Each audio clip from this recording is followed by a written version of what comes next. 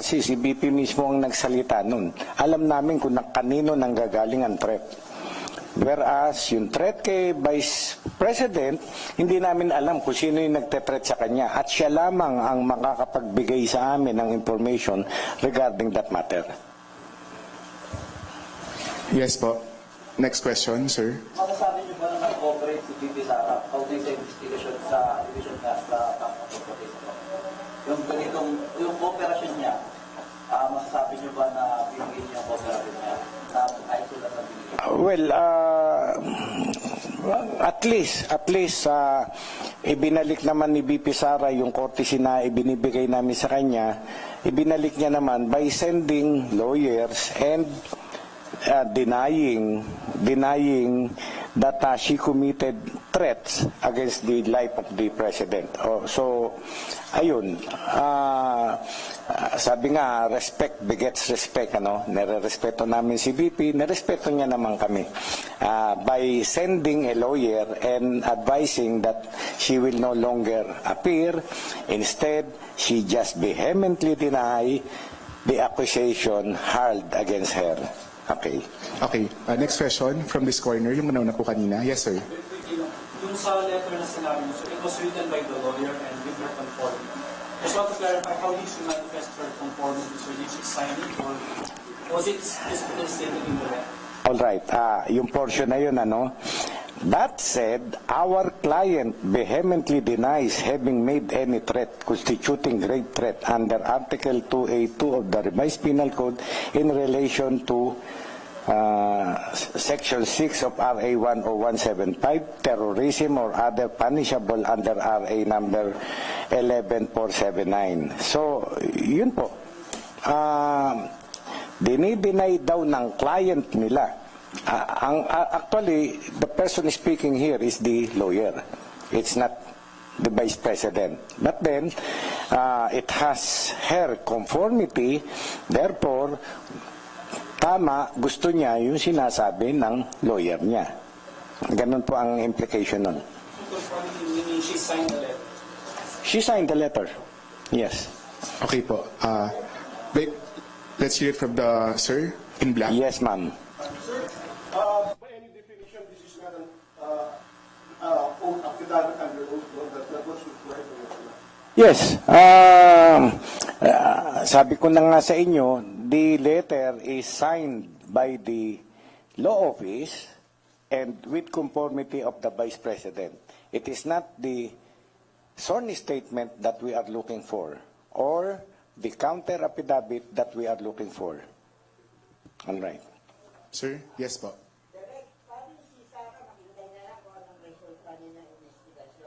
Yes, yun nga, sabi ko nga sa inyo, with all the evidence we have in hand, plus the interviews, plus the cooperation of other people, plus this one, pag-uusap-usapan namin yan nung aking mga magigiting na abogado, matatalinong abogado ng NBI, at siguro by early January, we will submit our recommendation, our report to the Department of Justice, the prosecutor's office.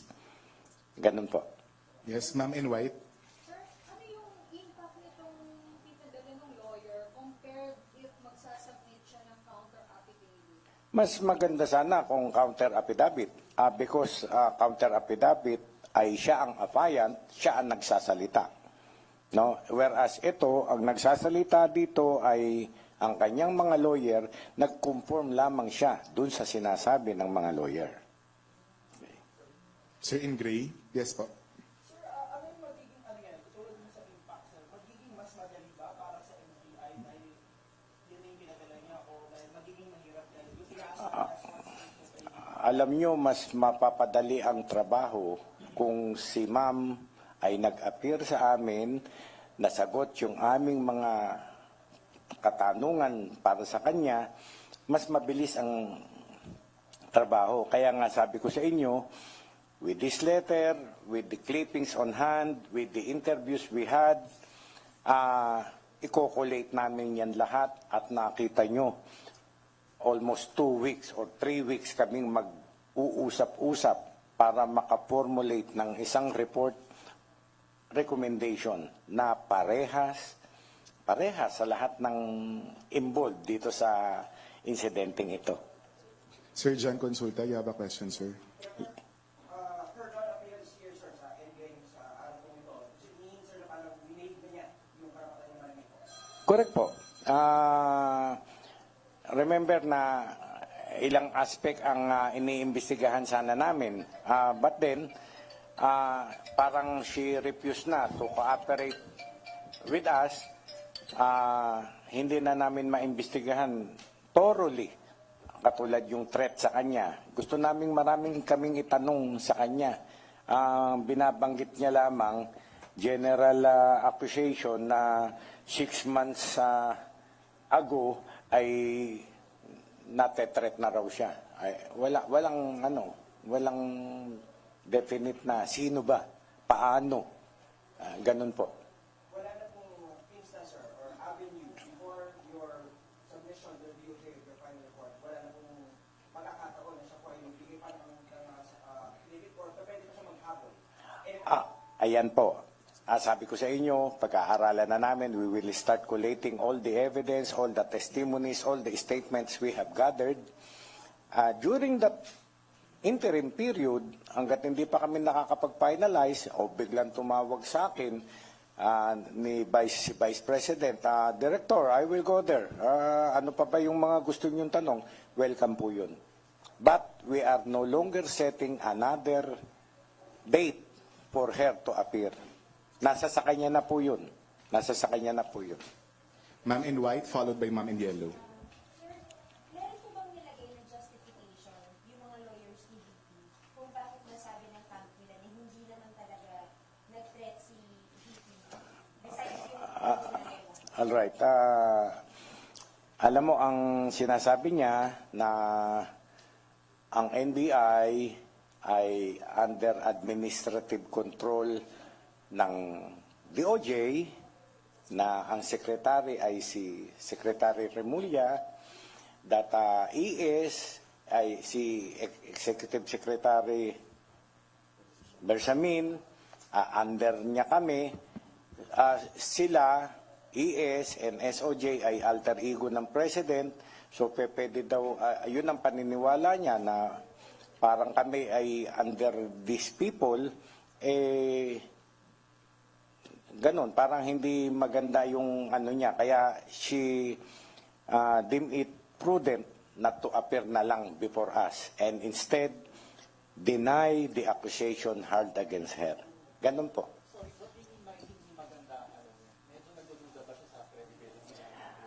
Kung babasahin po natin ito, basahin ko ng diretso, no? Okay. We thank you for your letter dated 02 December 2024 in which you summarized the factual antecedents and expounded on the subject matter of your investigation. In your letter, you confirmed, among others, that your investigation involved our client press conference on November 23, and in October 2024, it was initiated motu proprio after the Executive Secretary issued a statement referring to the Presidential Security Command and alleged active threat on the President for immediate and appropriate action, and two, by the directive of the Secretary. With due respect, we just state that obvious that the Honorable Secretary of Justice is this office administrative superior, head of agency and the President's alter ego, while the Honorable Executive Secretary is the President's chief alter ego. Given these facts, you will kindly understand our client's prudence in her cooperation with the office and her desistance from appearing and giving any statement on December 11, today, 2024. Ganun po ang pagkaka-relay sa amin. Well, meron namang katwiran na mag-isip ng ganun si Vice President because really, we are under the SOJ. But then, lagi ko namang sinasabi sa inyo, we are only mandated by our law. yung Republic Act 10867 na minamandate ang NBI to step in whenever there is threat to the President, Vice President, down sa Chief Justice. So, at ito naman na siguro nakikita nyo naman, lagi tayo nagkakausap tungkol this case, ay talagang pinipilit ko na ipaliwanag sa inyo, sa taong bayan, kay Vice President, that the investigation will be impartial. Kami mananatiling NBI, ang institusyon na mapapagkatiwalaan ng ating taong bayan, ng lahat ng tao. So, hindi natin siya masisisi kung gano'n ang pag-iisip niya, but then kami nananatili, malinis ang aming konsensya that the investigation will be fair, wala kaming kikilingan, walang pinoprotektahan. Ganun po. Thank you, sir. Serbisyong totoo lamang. Ma'am in yellow, you have a question, ma'am. Okay na. Ma'am in maroon, do you have a question?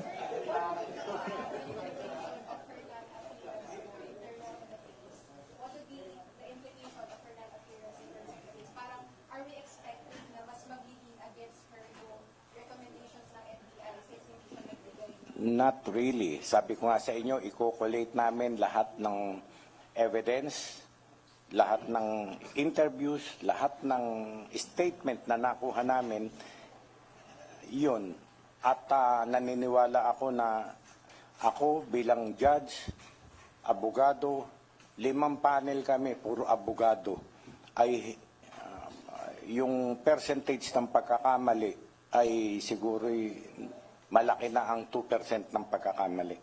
Dahil kami talagang yung katotohanan lamang ang palalabasin namin. Ganun po. Okay.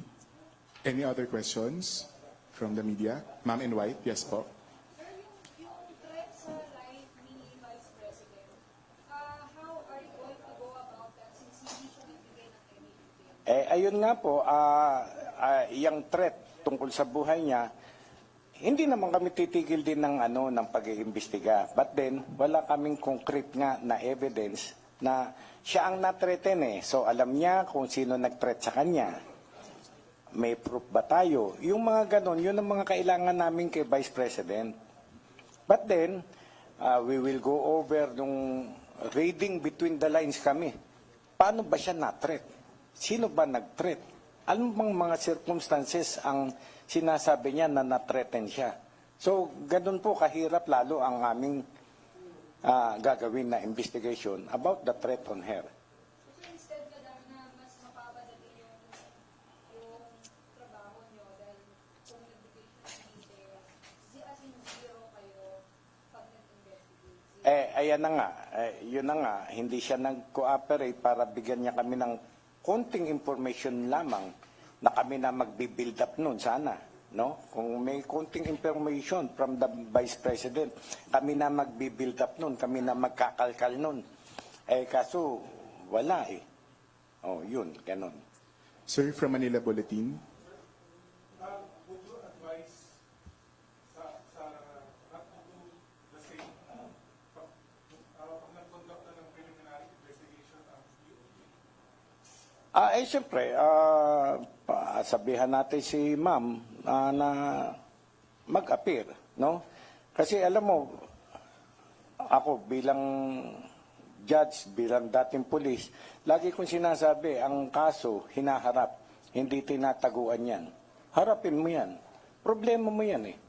Okay, but then, kung ayaw niyang harapin, talikuran niya, look out ni ma'am yun. Look out niya po yun. Wala po tayong magagawa doon. No? At sana maintindihan din ng ating mamamayan na ayun ang lahat ng problema hinaharap, hindi tinatakbuhan yan. Lahat ng akusasyon sa iyo hinaharap yan, hindi mo tatakbuhan yan. Ganun po. Okay. Ma'am in red, you have a question? Sir, pero to clarify lang din po, kasi last time may 2 request po si VP Sara. Sinagot po ba natin po? Yes. Yes, nandito sa niya, nagpapasalamat siya. We thank you for your letter dated December 2 in which you summarize the factual antecedents. Nagpasalamat siya. Yes. Okay. Ma'am Do you have a Oh, question? so, wala na. Okay.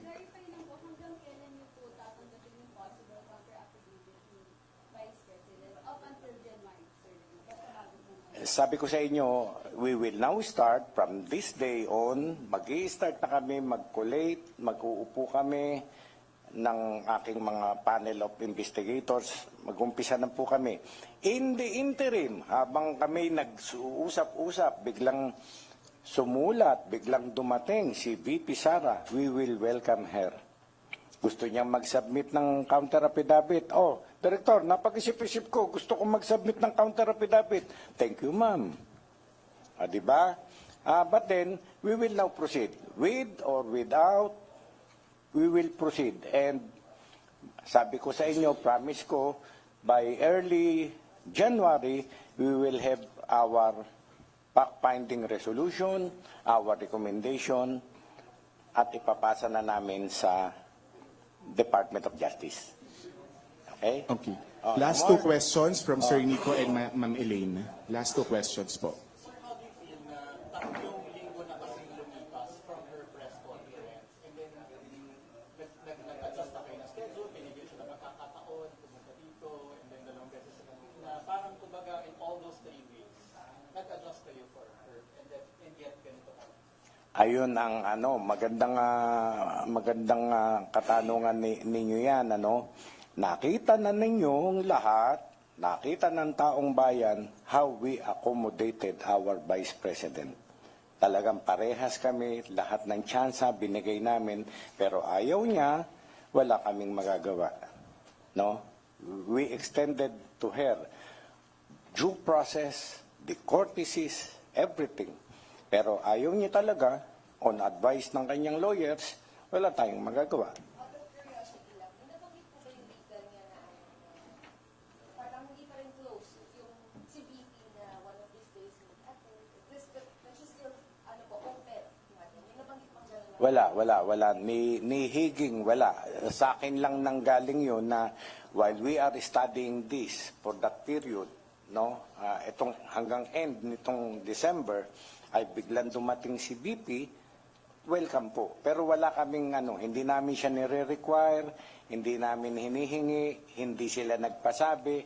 Wala po. Akin lamang po yun, kadugtong po yun ng due process at ng courtesy namin sa Vice President. Ayun po. Yes. Thank you so much to our director. Okay. So, thank you.